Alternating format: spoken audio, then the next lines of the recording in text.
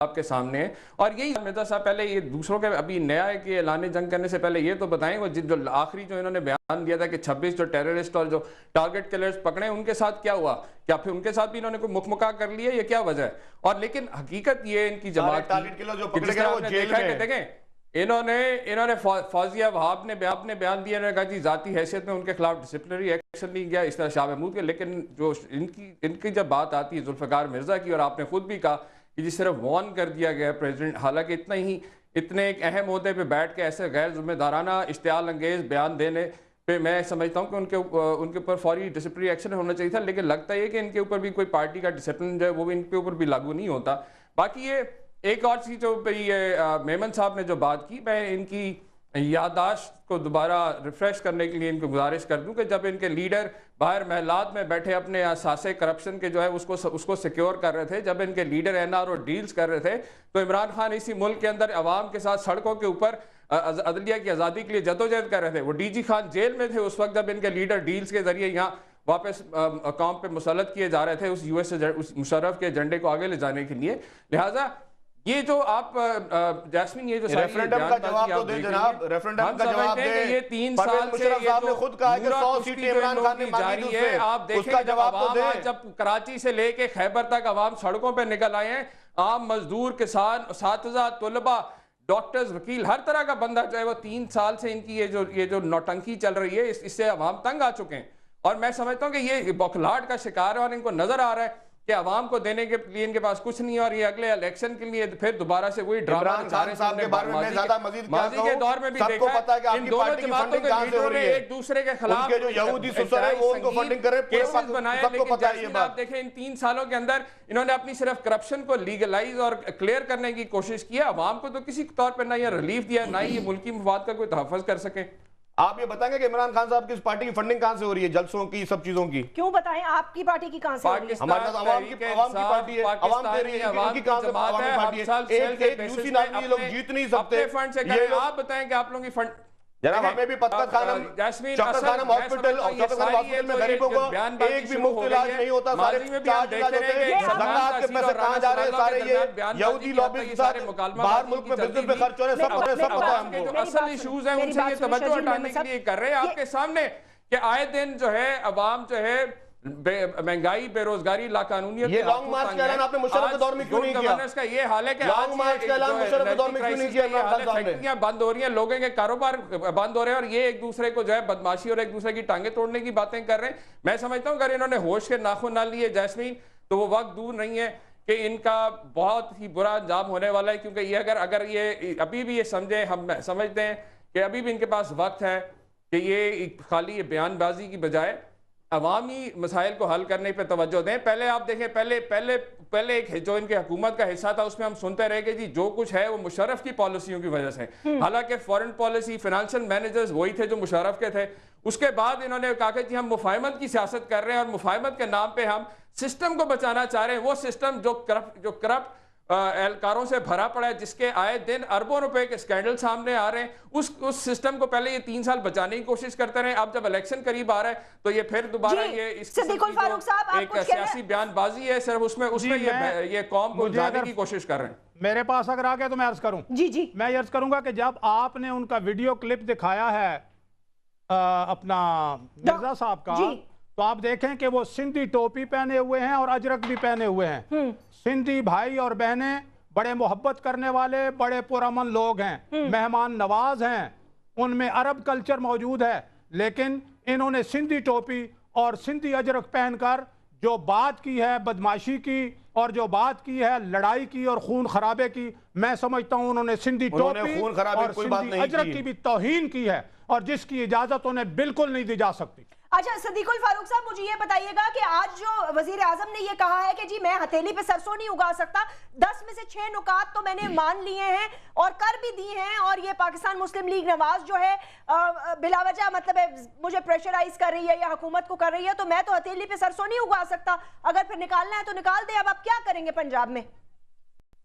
جی دیکھیے, 6 دن غور و خوض کے بعد وزیر اعظم نے اپنے پارٹی کے کو چیئرپرسن آصف علی زرداری صاحب سے مشورے کے بعد قبول کیا کہ وہ 45 دنوں میں یہ ایجنڈا نافذ کریں گے. ٹھیک, جب انہوں نے قبول کیا تو اس وقت انہیں معلوم ہونا چاہیے تھا کہ یہ ہتھیلی پہ سرسوں جمانا ہے، میں نہیں جما سکتا، وہ کہہ دیتے. لیکن چونکہ ایک اور وعدہ انہوں نے توڑا اور ایک اور بات جو ہے عوام کی امیدوں پر انہوں نے پانی پھیرا، تو لہٰذا اب جو پروگرام ہم نے اعلان کیا، دیکھیے ہم نہ خون خرابہ چاہتے ہیں، نہ لڑائی مار کٹائی، نہ ہم کسی کو دھمکی دیں گے. ہم نے جمہوریت اور آئین کا دامن تھاما ہوا ہے. آئین اور جمہوریت کے مطابق ہم انہیں کہیں گے کہ جناب علی اب آپ جا کے اپوزیشن بینچوں پر بیٹھ جائیں اور 25 تاریخ کو قائد محترم نے پارلیمانی پارٹی اور سی او سی کا اجلاس بلا لیا ہے. اور آج آپ پنجاب میں جو نئی حکومت بنانے جا رہے ہو وہ اسی لوٹاکریسی آرٹیکل 14 کی آپ وائلیشن کر رہے ہو سٹریٹ اوے. جناب نواز شریف ان سے پوچھ رہے ہیں، یہ ان کی جمہوریت اور یہ ان کی ہے نا اپنا جو ہے برداشت. یہ دیکھ لیں آپ، یہ پڑھے لکھے آدمی اپنے آپ کو کہتے ہیں لیکن برداشت کا یہ عالم ہے کہ میں ان کی بات میں مداخلت نہیں کر رہا. تو اس میں کارکنوں نے یہ بتایا ہے کہ بس مزید مہلت نہیں ملے گی. یہ کام کی کسی بات کا جواب نہیں دیں گے. انہوں نے جاگ پنجابی جاگ کا بھی جواب نہیں دیا. مرزا صاحب پر تنقید کر لی انہوں نے، جو پنجاب میں شہباز شریف کا بھی وہ جواب نہیں دیا جو انہوں نے بولا طالبان پنجاب میں مہربانی کر کے نہ ہو. اس کا جواب کام کی کسی جواب نہیں دیں گے. کسی پلیٹ فارم سے کسی لیڈر نے جاگ پنجابی جاگ کا نعرہ نہیں لگایا. میں آپ کو یو ایس کی رپورٹ دکھاتا ہوں. یہ اگر یہ جاسمین صاحب آپ پڑھ سکتے ہیں پڑھیں بیٹھ کر. ہم قومی پارٹی ہیں، ہم چاروں صوبوں کو بھائی سمجھتے ہیں.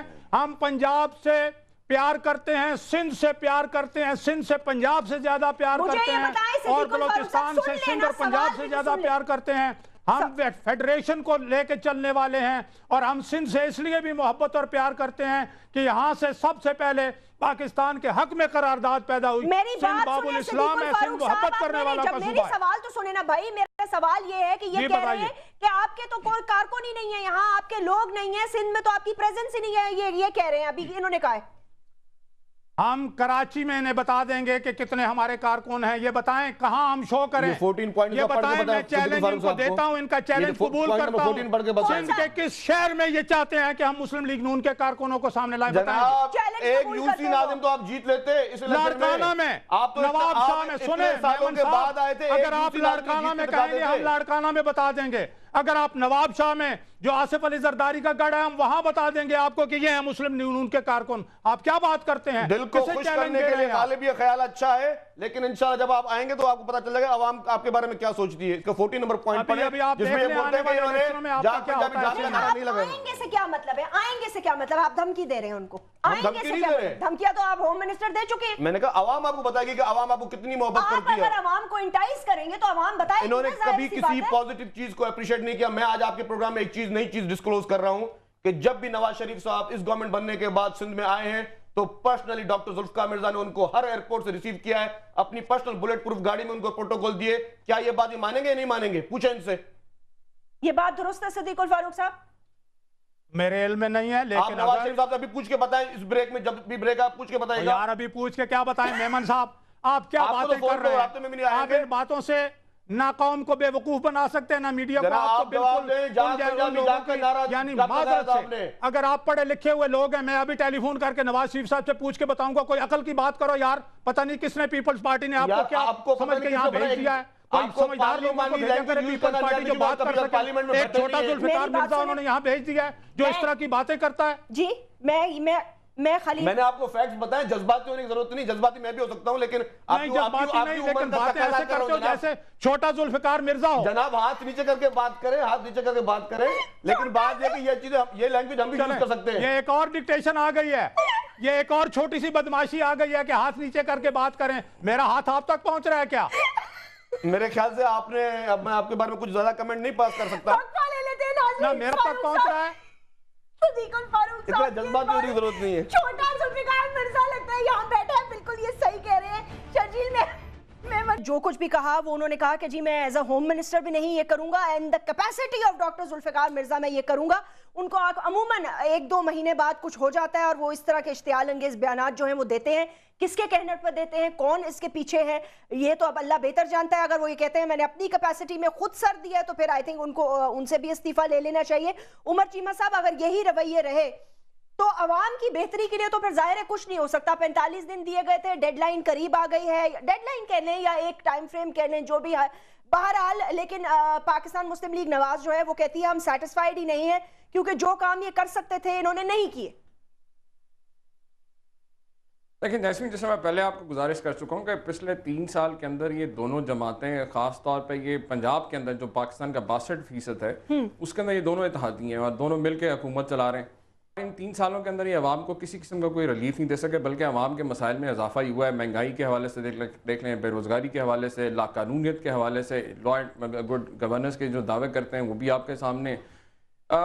گزارش یہ ہے کہ یہ اب یہ جو سارا یہ جو بیان بازی اور یہ جو ساری چیزیں سامنے آ رہی ہیں صرف اور صرف ہم سمجھتے ہیں کہ یہ ایک طرح کی یہ بھی ایک نورہ کشتی ہی ہے کیونکہ یہ عملی طور کے اوپر ان کے پاس کچھ بھی عوام کو جو ہے کسی قسم کا بھی کوئی ایجنڈا ان کے پاس نہیں ہے. اب آپ کے سامنے کراچی کے حالات ہی آپ دیکھ لیں, جس طرح کی ٹارگٹ کلنگ اور جس طرح آئے دن لوگ جو ہے جان و مال سے اپنے ہاتھ دھو بیٹھتے ہیں, اس کے حوالے سے تو نہ پیپلز پارٹی نے کوئی ایجنڈا ان کے پاس نہیں ہے. بجائے اس کے کہ ساری پارٹیز کو آن بورڈ لیا جاتا ہے, کانفرنس میں لیا جاتا ہے, اس قسم کے اشتعال انگیز بیانات دے کر تو صرف اور صرف ایک کہتے ہیں کہ صرف بیان بازی کی حد تک ہی ہے. عملی طور کے اوپر آپ دیکھیں ان کے کال و فعل میں اتنا بڑا تضاد ہے.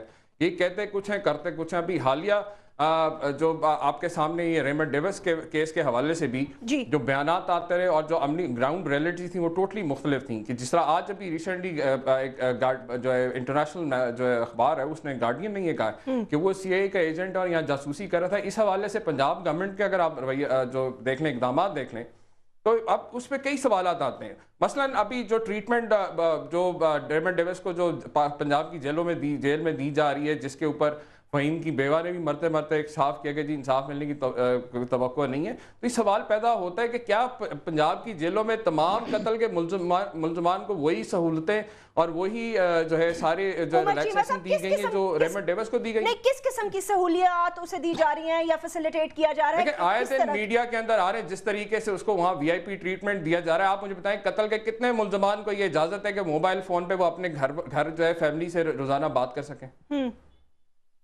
آپ کے سامنے ایک طرف یہ میں سمجھتا ہوں کہ عوام کے پریشر میں آ کے یہ اس کو یہاں ملک سے فرار نہیں کرا سکے. حالانکہ وہ عباد الرحمان کے جو یہ بھی رپورٹس آئی ہیں جس کے اوپر گورنمنٹ نے کوئی اس پہ ڈینائی نہیں کیا کہ وہ جو عباد الرحمان کے قاتل تھے اس کو تو امریکہ یہاں سے لے گیا, وہ امریکہ پہنچا دیے گئے.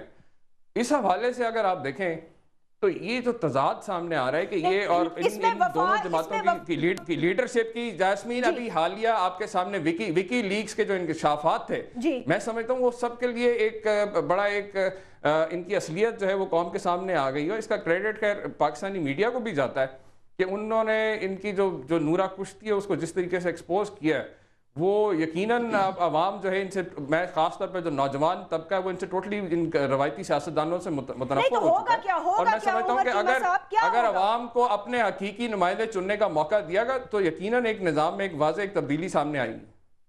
اچھا, حقیقی نمائندے اگر چننے کا عوام کو موقع دیا گیا, یعنی کہ الیکشن کی بات کریں الیکٹورل ریفارمز کی ضرورت ہے نا. یہ دیکھیں ابھی تک یہ 25-30% یہ ووٹ جو کاسٹ ہوتا ہے اس میں سے 15-20% جو ہے وہ آلریڈی نادرا اور الیکشن کمیشن کہہ چکے ہیں 1,72,00,000 ووٹ جو ہے وہ جعلی الیکٹورل ووٹ میں لسٹوں میں انہوں نے شامل کرا ہے. جو اصل ایشوز ہیں اس طرف یہ آتے نہیں ہیں. یہ بات جمہوریت کے دعوے دار بنتے ہیں لیکن یہ سب جانتے ہیں ماضی میں سب نے اس کے اوپر اعتراضات بھی اٹھائے الیکٹورل سسٹم کے اوپر. لیکن آج جب یہ دونوں جماعتیں حکومت میں بیٹھی ہیں اس کے اوپر عملی طور پہ کوئی اقدامات کرنے کو تیار نہیں کہ پاکستان کے نوجوانوں کو وہ حق دیا جائے. آپ دیکھیں اس میں لیجسلیشن کی ضرورت ہے. ہماری جماعت کورٹ میں گئی جس کے اوپر الیکشن کمیشن نے یہ کہا کہ اس کے اوپر لیجسلیشن قانون سازی کی ضرورت ہے لیکن ابھی بھی پارلیمنٹ جو ہے وہ 3 سال ہو گئے ابھی تک اس کے اوپر کوئی لیجسلیشن نہیں کر سکی. آپ فورم میرے پاس آئے تو مجھے جواب دینے دیں. تو جو عمر چیمہ صاحب نے فرمائی ہے جی الیکٹورل ریفارمز, ہمارے 10 نکاتی قومی ایجنڈے کا یہ ایک نقطہ ہے کہ الیکشن کمیشن کو آزاد بنایا جائے تاکہ وہ آزاد اور خود مختار ہو کر یہاں انڈیپینڈنٹ, آزادانہ, منصفانہ اور شفاف الیکشن کرا سکے. یہ ایک نقطہ ہے. دوسری میں یہ عرض کروں گا کہ انہوں نے یہ کہا ہمیں یہ بھی خطرہ ہے کہ خدا نخواستہ ریمنڈ ڈیوس کو ایسی جگہ رکھیں جہاں خدا نخواستہ کہیں اسے قتل کر دیا جائے. یہاں تو جی ایچ کیو کے اندر بھی لوگ پہنچتے ہیں, یہاں تو 9/11 بھی ہوتا ہے, بہت سی وارداتیں ہوتی ہیں. یہ پنجاب حکومت کی ذمہ داری ہے. پنجاب حکومت, میرے خیال میں اگر آپ چپ کر جائیں گے تو ٹھیک ہے, میں آپ کی بات میں نے بات نہیں کاٹی, آپ ذرا تھوڑا سا حوصلہ رکھیں جو میں بات کر رہا ہوں. دوسری بات یہ ہے جہاں تک بات ہے, پہلے دن جناب نواز شریف نے کہا کہ ڈیوس کا معاملہ عدالت کے پاس ہے. جب یہ بات